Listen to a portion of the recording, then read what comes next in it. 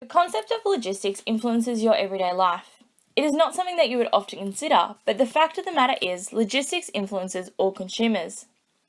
The organisational structure, specifically whether the company is decentralised or centralised, can ultimately influence your customer experience. To gain a quick insight into the importance of this, let's consider an example.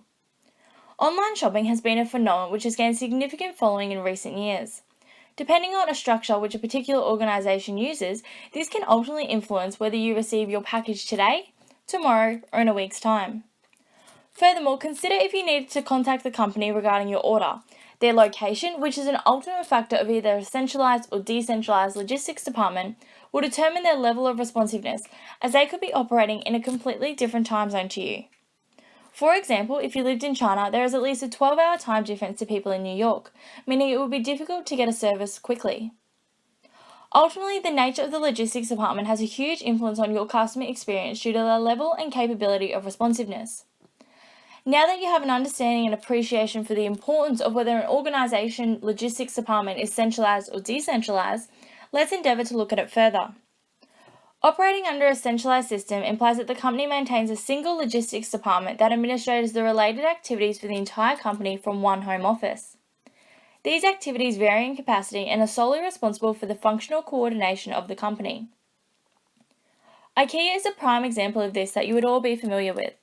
This successful organisation is highly integrated, with its supply chain focused on producing products made to stock, limiting the amount that are made as per customer preference. Even though IKEA has a presence in many countries globally, its centralised logistics department is located in Delft in the Netherlands, and this manages all the functional distributions for the company. A centralised logistics department has been a successful business model which has allowed IKEA to go global. By operating under this style, IKEA, as well as many other companies, can firstly maximise their relative efficiency and take advantage of cost savings. These can arise from volume creating opportunities and the benefits associated with economies of scale. There also is improved communication channels between employees, which has been proven to boost the organisational culture and morale amongst employees.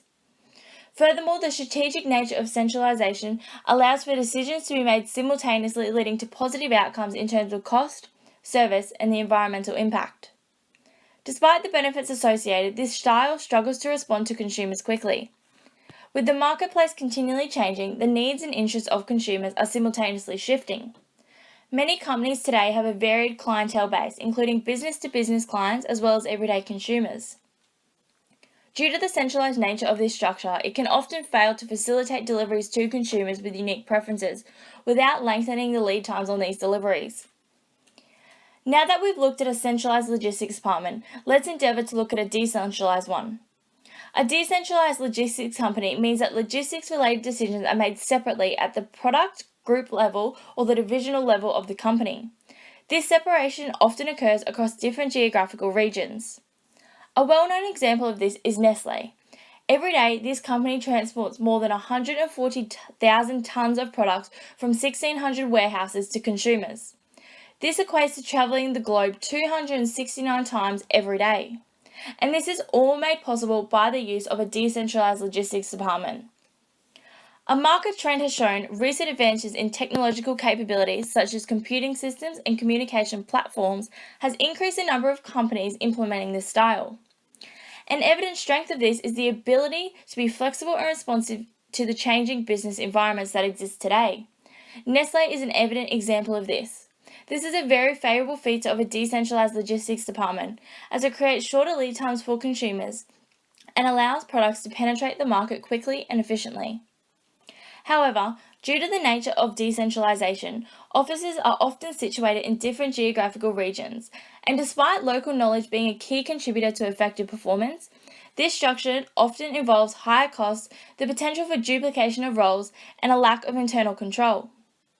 Whilst there are unique differences between a centralised logistics department and a decentralised logistics department, empirical research shows that many companies today use a combination of both of these to ensure they are meeting consumers' demands efficiently and effectively.